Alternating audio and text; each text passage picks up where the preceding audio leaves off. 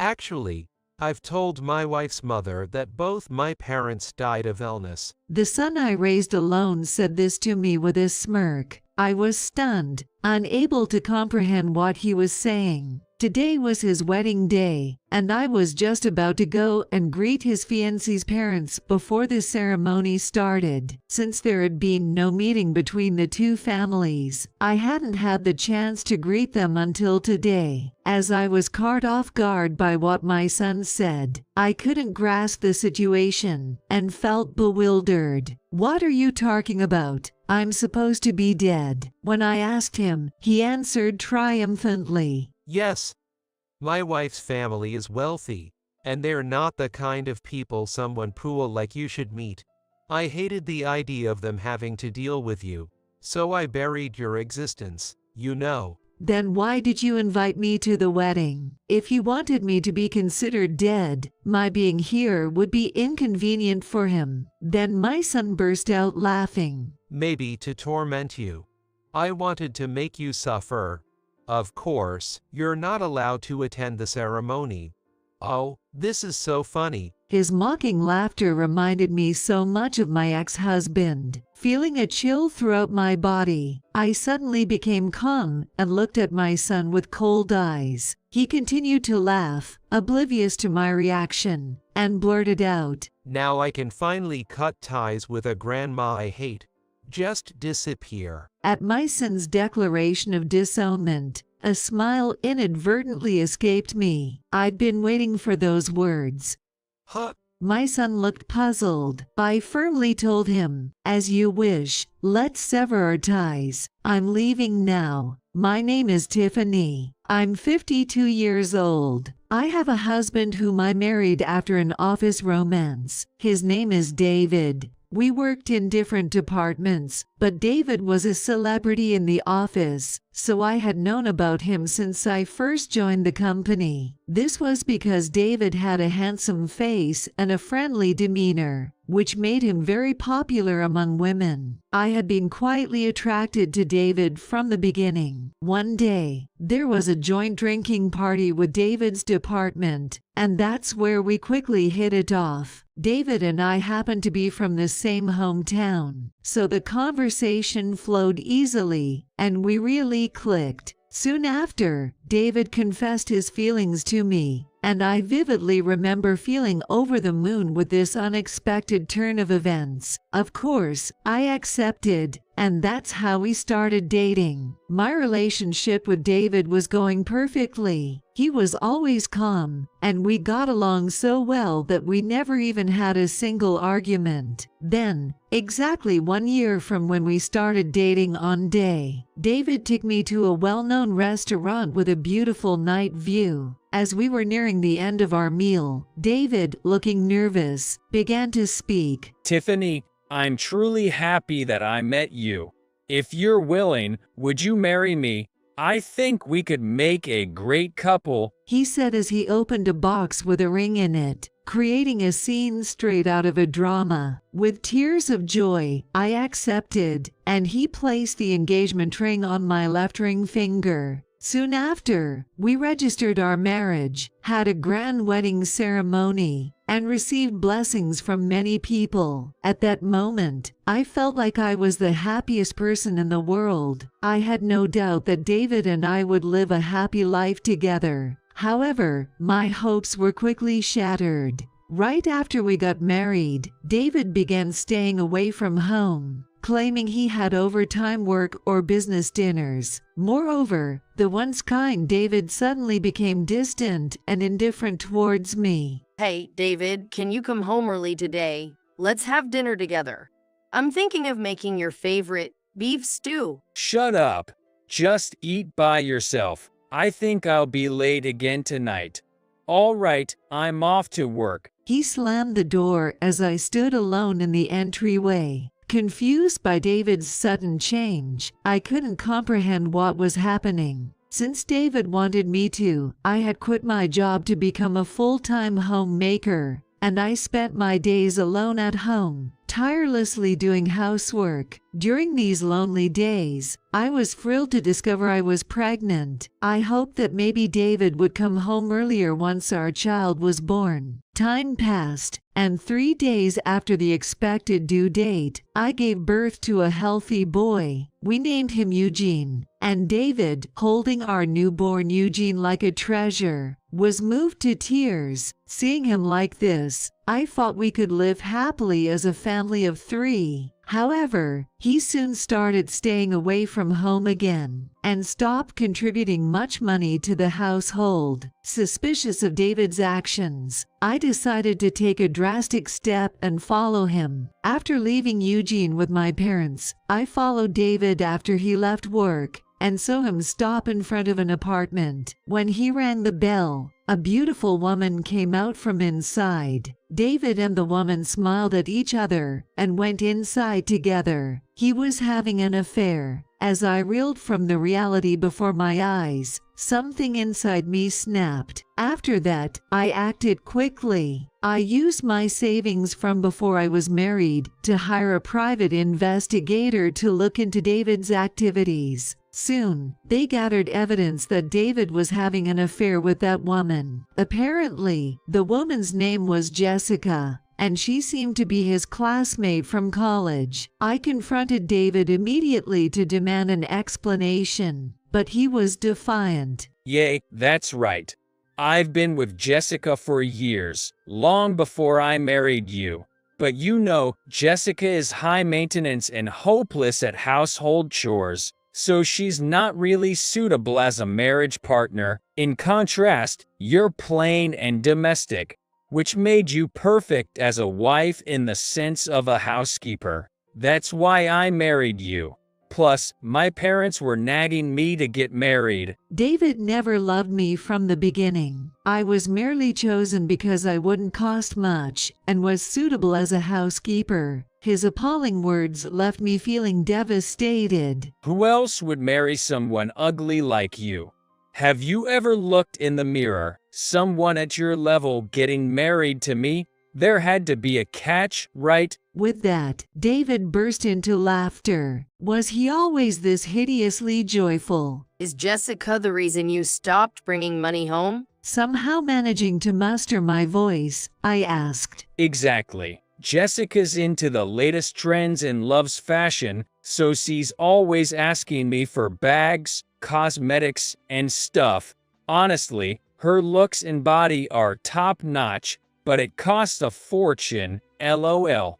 But I end up buying them for her anyway. David's face as he said this was smug and vulgar. Please, let's get a divorce. When I finally said it, David snorted in disdain. Yay, whatever. I never loved you or anything. Oh, what a mistake marrying you was. It was all meaningless, just a waste of time. David never apologized. Instead, he continued to hurl abuse at me until the end. After that, I demanded alimony and child support from David and divorced him. However, David, who always disliked saving money, soon fell behind on payments. He seemed to have quit his job and disappeared, so I couldn't bring a lawsuit against him. All I could do was pull myself together and focus on raising Eugene well, trying to forget about David. When Eugene turned 1, I placed him in daycare and managed to find a job and started working again. From then on, I raised Eugene on my own. It was tough managing work, household chores, and childcare all by myself, but I did my best not to let Eugene feel the strain of being raised by a single parent. Until he finished elementary school, Eugene was a well-behaved, mother-loving child. Though he was a bit mischievous, he had almost no troubles with friends,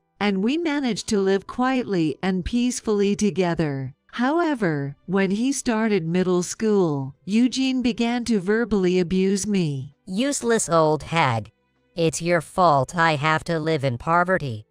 My life is a mess because of you, damn old hag. As he ransacked the room, Eugene screamed these things unilaterally at me. Come on, Eugene, calm down. Let's talk this through. Even as I tried to soothe him, he wouldn't listen, and instead yelled, "Shut up," and struck me. Though still a middle schooler, Eugene was almost as big as an adult man, and his punch knocked me to the ground, groaning. Looking down at me, Eugene muttered with utter disgust, "You make me sick, old lady." Then, he retreated to his room. This happened repeatedly. Despite my attempts to reach out, Eugene firmly kept his heart closed off to me. Verbal abuse and violence were the norm, and Eugene often deliberately threw all the food I cooked right into the trash in front of me. Seeing my shocked expression, Eugene laughed maniacally, his face resembling his father's when confronted about his affair. Tired of Eugene's behavior, living with him became increasingly painful for me, and gradually, my affection for Eugene faded away. Still, I felt a responsibility to take care of him until he was an adult, so I scrimped and saved desperately to gather funds for his college expenses. Eugene got into his college of choice and began living on his own as soon as he started university. Hag, you're going to miss me leaving, ho?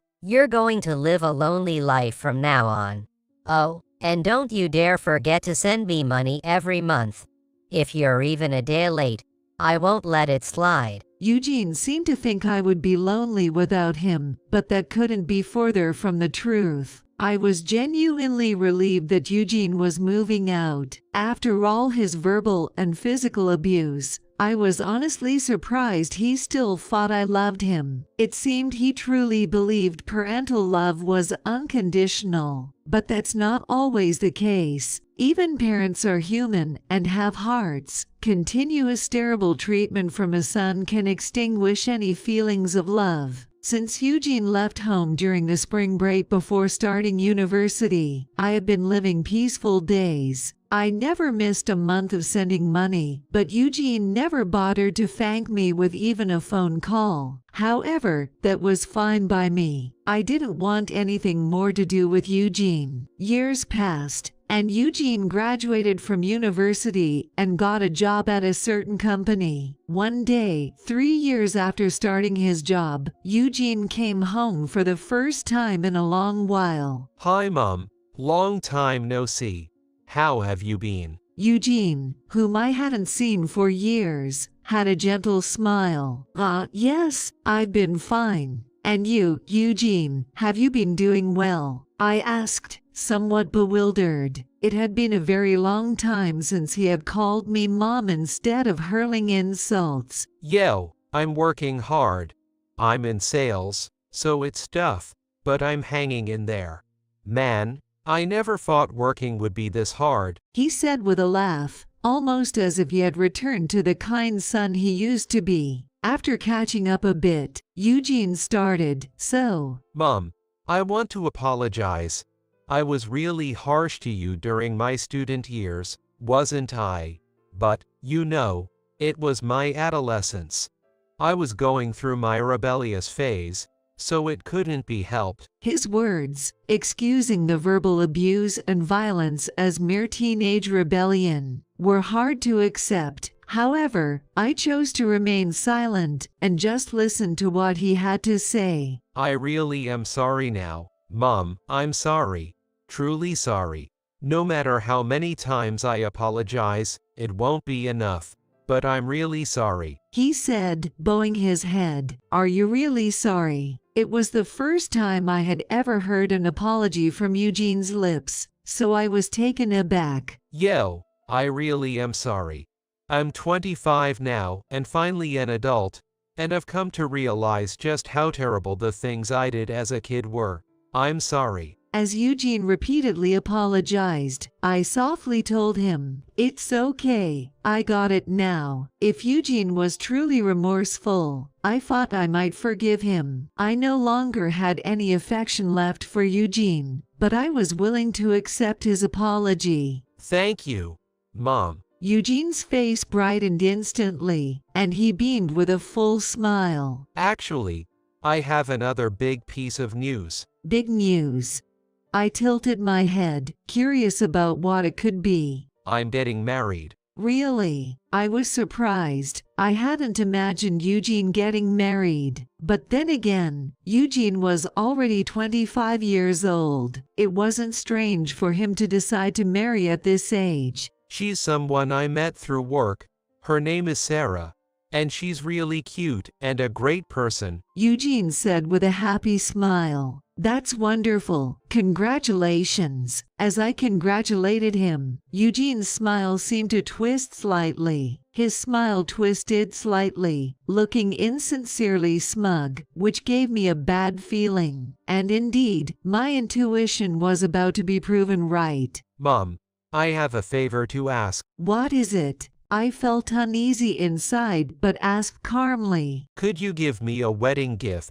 Look, I just apologized for my past behavior, so we're even, right? You're my only parent, after all, so a little celebration money would be appropriate, right? I mean, even though we lived poorly, you must have some savings, right? Please. As I listened to Eugene's words, I felt a chill in my heart. So this was his true intention. His earlier apologies were also just to wheedle money out of me. He wasn't truly remorseful. Eugene looked at me with expectant eyes, and I internally sighed deeply. I could have rightfully sent him away without a word, but I thought not giving anything for his wedding might be too harsh. So, as a final act of compassion, I decided to give him a checkbook with a few $1,000s in it. It's not much, but take this check. Eugene received the check from me, and overly delighted. Yay, thanks, Mom. Well, I've got what I needed, so I'm heading out now. Oh, I'll get in touch about the wedding details. With that, he quickly left the house. A few days later, Eugene called to inform me about the wedding date and location. Make sure you're not late on the day. See ya. Wait a minute. I got the time and place for the wedding, but isn't there going to be a meeting between the two families first? I haven't even met your fiancée, Sarah, yet. I asked because it's usual to have a meeting between families before the wedding, but Eugene started laughing. Oh yeah, the meeting. Well, her parents are busy people, so it doesn't look like it's going to happen. We'll just meet on the wedding day, all right? Though I felt uneasy about Eugene's attitude, I thought it must be unavoidable if they were busy, and I accepted it. Okay, I understand. What about Sarah then? Sarah's also busy, you know, with all the wedding prep and stuff. What was it? Oh yeah, she's going to bridal beauty treatments and all, so it's fine to meet her on the wedding day too. All right. If Sarah and her parents are okay with that, then I don't mind. And so, I ended up going to the wedding day without having met Eugene's fiancée or her parents. As I arrived at the wedding venue and was about to greet Eugene's fiancée's parents before the ceremony, I was called from behind. Hey, Mom. Where are you going? I turned around to find Eugene. I was going to greet your fiancée's parents. You know, since we haven't had a family meeting yet, I haven't had the chance to greet them. When I said this, Eugene coldly snapped back. There's no need for that. Who said you could just go greet them on your own? What? But it's just polite to greet them, I replied, confused, but Eugene smirked cruelly, much like he did in his student days. My fiancée's parents aren't the type of people a poor person like you should be greeting. Her family is wealthy, from a completely different world than you. Saying that, Eugene looked toward the entrance of the venue and waved to someone. Hey, Dad. Over here, over here. Following Eugene's gaze reflexively, I saw the last person in the world I wanted to encounter walking towards us. Eugene, congratulations on your wedding. The grinning man was my ex-husband, David. Why? I was speechless. I had no idea Eugene and David were connected. I was stunned. David looked at me and scoffed mockingly. Long time no see, Tiffany. You're as plain and ugly as ever. Getting older and all these wrinkles and spots. You're totally an old hag now, aren't you? LOL. But hey, you look younger than I expected. I thought you'd look even more miserable. It seems you haven't changed at all. I meant his character, but David, misunderstanding, laughed happily. Right. I make an effort to stay young. Still a handsome guy, right? I'm still irresistible to women, you know. Right. Exasperated, that was all I could manage to say. Thanks for coming today, Dad. Eugene smiled at David, and David returned a beaming smile to Eugene. They ignored me and chatted amiably. When their conversation paused, Eugene turned to me and declared, From now on, he's my only parent. Actually, my fiancé's parents think my mother died of an illness. "What are you talking about? Then why did you invite me today?" I asked, but Eugene burst into laughter. Maybe to torment you. I wanted to make you suffer. Of course, you're not allowed to attend the ceremony.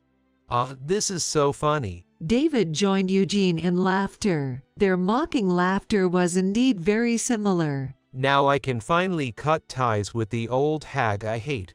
Just disappear. At Eugene's declaration of disownment, a smile inadvertently escaped me. I'd been waiting for those words. Huh?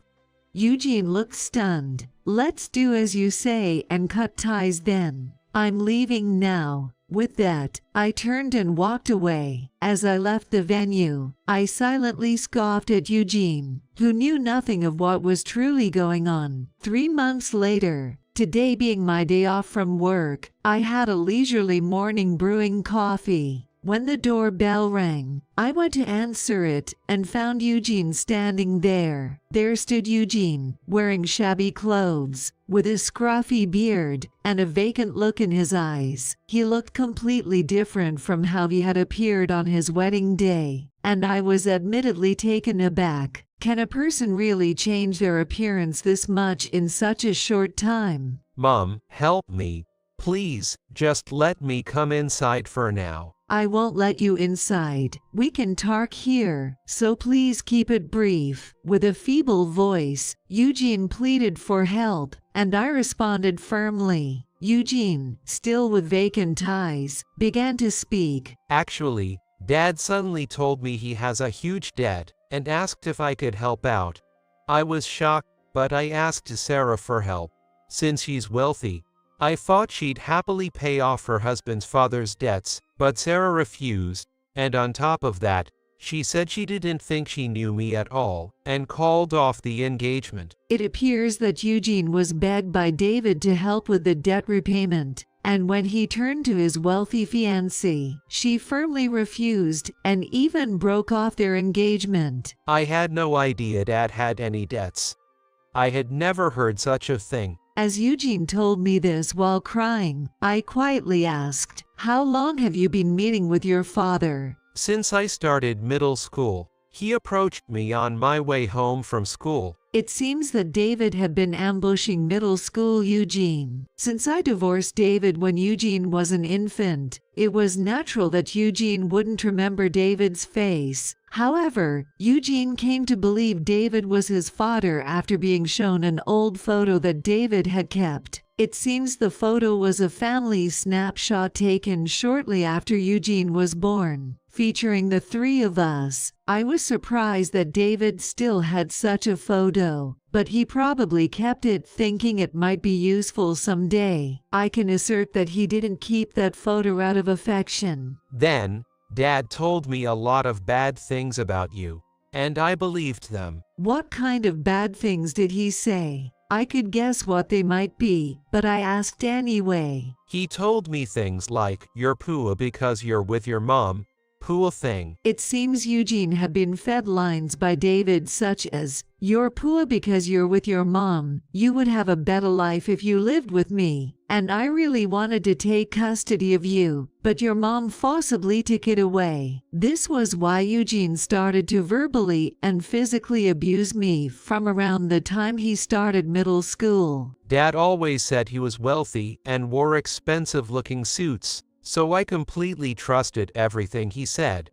But now that I think about it, Maybe those suits were just rented. That sounds about right. A man who didn't pay alimony or child support at the time of our divorce, who has no savings and evaporates after quitting his job, being wealthy. That's hard to believe. He probably approached you out of desperation because he's drowning in debt. Eugene hung his head at my words. So, everything Dad said was a lie. He kept telling me to marry a wealthy woman, using me all along. So, what brings you here exactly? This has nothing to do with me. As I asked with a sigh, Eugene burst out yelling. Don't say that. Actually, Sarah was related to an important client at the company I worked for. Trying to marry her while hiding my real father's huge debt, and then getting dumped for asking her for money, has spread all over the company, and I'm about to be fired. Dad keeps asking me for money, and I feel like I'm losing my mind. Mom, please help me. Even as Eugene pleaded with tears and snot running down his face, I felt no pity. There's nothing I can do for you. We're disowned, remember. But I apologize. At the wedding, I was deceived by my father, so I said we should cut ties, but I didn't really mean it. As Eugene desperately tried to make excuses, I looked at him coldly. It's not just about the wedding. I raised you alone since you were a baby. To ensure you didn't go hungry, I juggled full-time jobs and side jobs, and I also strived to keep up with housework and cooking. Yet, you only thanked me until you were in elementary school. After that, you repeated verbal abuse and violence. That's because Dad filled my head with lies. I've already apologized for that, haven't I? While he did apologize, it was only to extract a wedding gift from me, not out of genuine remorse. I let out a heavy sigh. You've never truly apologized to me. Besides, no amount of lies justifies the verbal abuse and violence you directed at me. Furthermore, I repeatedly tried to face him, but he did not answer me in the slightest. I have no love left for you. Even seeing you in this broken state doesn't stir any desire to help you. Please leave. As I firmly stated this, Eugene's face turned red with anger, and he shouted, Don't joke with me. Aren't you my mother?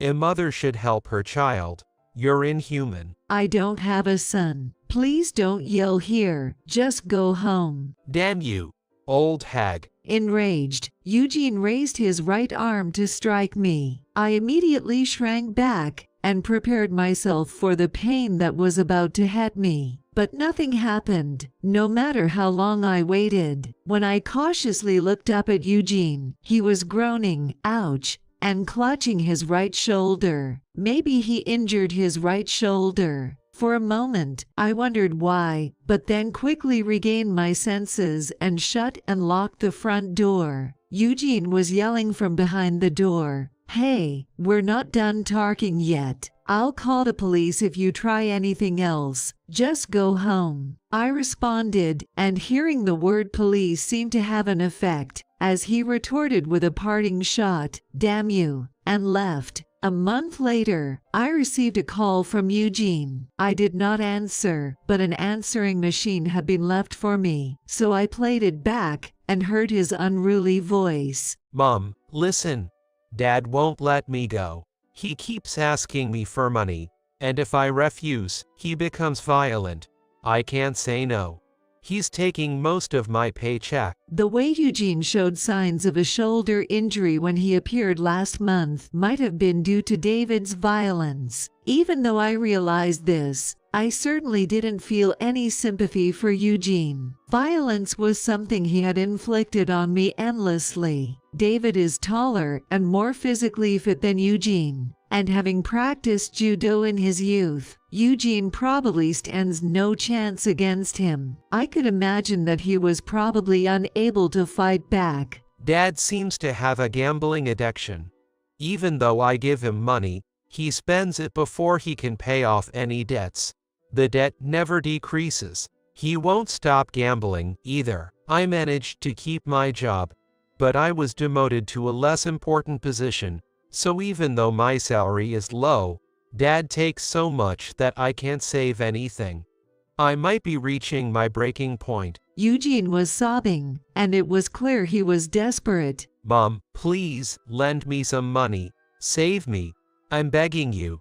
It's a lifetime request. That's where the voicemail ended. After listening to the voicemail, I immediately blocked Eugene's number. There's no way I would lend him money, and I want nothing to do with him anymore. Months later, one of Eugene's co-workers came to see me, and I learned what is he up to. Eugene had secretly recorded David's verbal abuse and violence, and after submitting this evidence to the police, David was arrested for assault. He'll be spending some time in prison. However, Eugene's mental state deteriorated, and he eventually collapsed, leading to his admission into a psychiatric ward. About a week ago, I happened to see Eugene. As I was driving past his workplace, I saw a man in a disheveled suit, looking gaunt and emaciated. It took me a moment to realize it was indeed Eugene. From a distance, it was clear he was living a miserable life, but it turned out he had been admitted to a hospital. Still, I thought it was just desserts. I hope he uses his time in the hospital to reflect seriously on his actions. Though, knowing Eugene, real reflection might be too much to expect. In any case, it no longer concerns me. Eugene's coworker told me that he had asked him to come to me if anything happened. Eugene probably wants me to look after him and manage his finances while he's hospitalized, but I firmly refuse.